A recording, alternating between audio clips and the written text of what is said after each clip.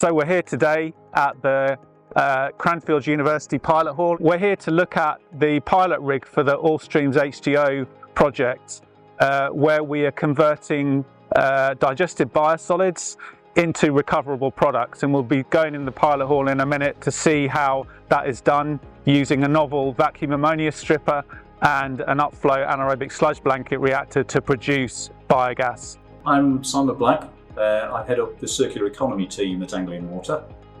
Having an outlet for our biosolids, the production, the material that we produce from the wastewater treatment process, the separation of solids from that wastewater treatment process and subsequent treatment of that material, having an outlet for it is absolutely critical.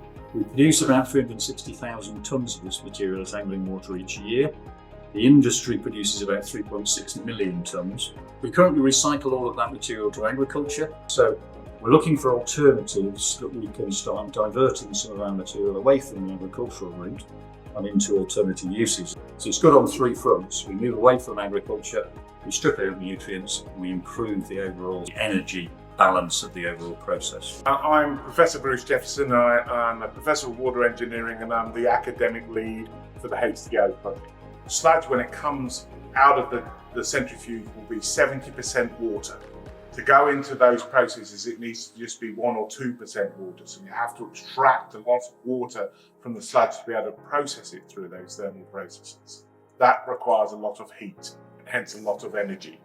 So by removing the need to dry the sludge to process it thermally, as we do in hydrothermal oxidation, we don't need that drying step. In order to provide confidence and understand the extent of the benefits that we can generate, we're going to run a series of pilot trials so that we can do it at a manageable scale to get robust and accurate mass balances. So we're going to be bringing in sludge from the local sewage works that's gone through their anaerobic digestion, and then we're going to run it through a batch hydrothermal oxidation process, take out the liquid, filter out the residual solids, and then run it through the recovery technologies so that we can get the energy, the mass balances, and understand the total quantities of resource recovery we can achieve in terms of ammonia and carbon. The All-Streams HTO project is a critical part of our go-to-market for the UK water sector. Through the Ofwat project, we've been able to take our technology, prove it with third-party Cranfield University researchers,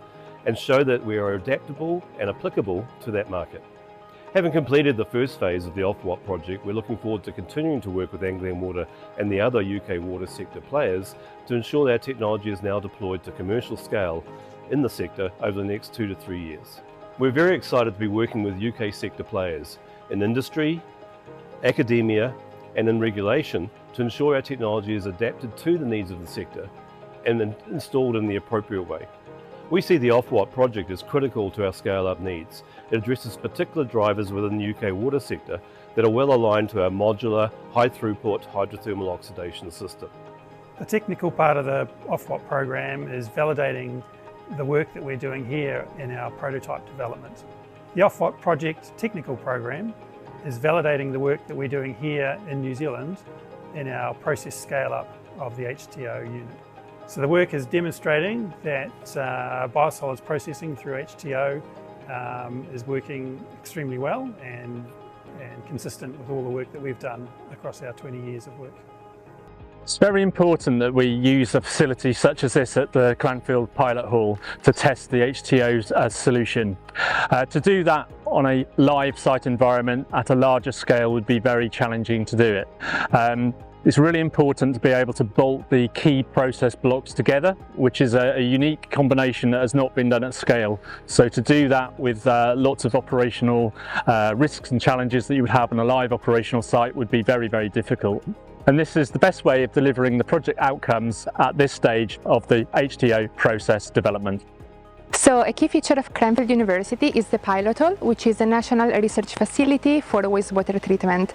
This is a unique testbed location for development and assessment of flow sheets integrating different technologies.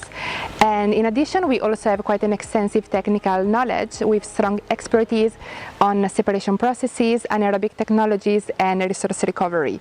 In fact, Cranfield University has a long history of successful collaboration with the UK water sector and international players players as well on innovation projects. So Cranfield contribution extends to different levels. First of all, the team at Cranfield participated to some of the design for some of the technologies, and then here at the pilot hall we host the main element of the project, which is the HTO vessel and the downstream technologies. Here we run the units and we collect samples for influence, effluents and products, and then we analyze them on site to monitor key chemical species, and then we interpret this data to determine the performance of the single technologies and the integrated flow sheets. The plant is made up of an HTO batch reactor, a gravity-based cloth filter, a upflow anaerobic sludge blanket reactor, and then a thermal vacuum stripping unit. This will be operated over an 8-month period where 4 8-litre batches of digestate will be fed into the HTO batch reactor. This will then be passed through the filtration unit and collected to be used in the upflow anaerobic sludge blanket reactor. The effluent from this then will be collected in a feed tank for the thermal vacuum stripping unit. Samples from all stages of the process will then be further analysed and characterised as well. So by putting the digested sludge through HTO, we can recover much more easily 3 main products, so ammonia, phosphorus, and also energy as biogas. And we're working with industrial partners, so chemical and fertilizer users, and they will be taking those products from us, putting them through their own processes to make sure that they're of the right kind of quality, right level of quality and right level of purity, so that they can use them, and then we establish that sustainable value chain that we need. This could be really, really vital for the outputs of this project to be able to have products that are deployable into markets. We are working closely with industry partners, but it's really key that we make that transition from a waste to a product in terms of to the recovery. Unlocking that will enable us to hit our environmental, economic and social targets for the project. So this next phase is really building upon what we've learnt in phase 1 around the horizon scan and developing the experimental plan. Acknowledging this is very early days in the experimental phase, it's going to be really important in this next section to really draw out the key learning and information around the resources that can be recovered.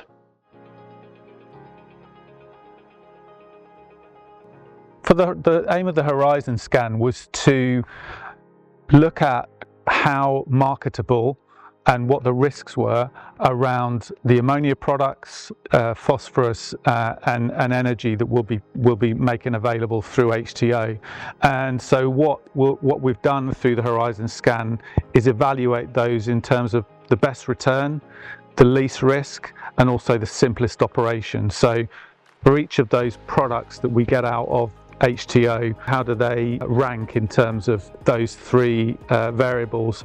And then the other thing is we look at the biosolids in terms of tons of dry solids, and we look at the value of ammonia per ton of dry solids, the value of phosphorus, and then the value of biogas, and we look at those in terms of a ratio. And what we found is that ammonia is by far the most valuable product. Over 50% of the value that we'll get out of this via HTO is from ammonia. So HTO as an ATC technology breaks down the materials into those recoverable base materials, but it also offers some unique advantages compared to some of the other ATC technology. Notably, it doesn't require any drying or dewatering of the digested product before processing. It's autothermic, meaning it's got a very low energy input, and also it does remove many of the existing high strength ammonia return liquor flows that require treatment within the wastewater works. What this means in practice is this reduces the overall process emission footprint of the treatment, reducing both nitrous oxide and fugitive methane emissions. So in this project, we're looking to move up through the technology readiness levels. So currently we're at TRL 5 and we're looking to move to TRL 6. That gives confidence in terms of operability and reducing risk.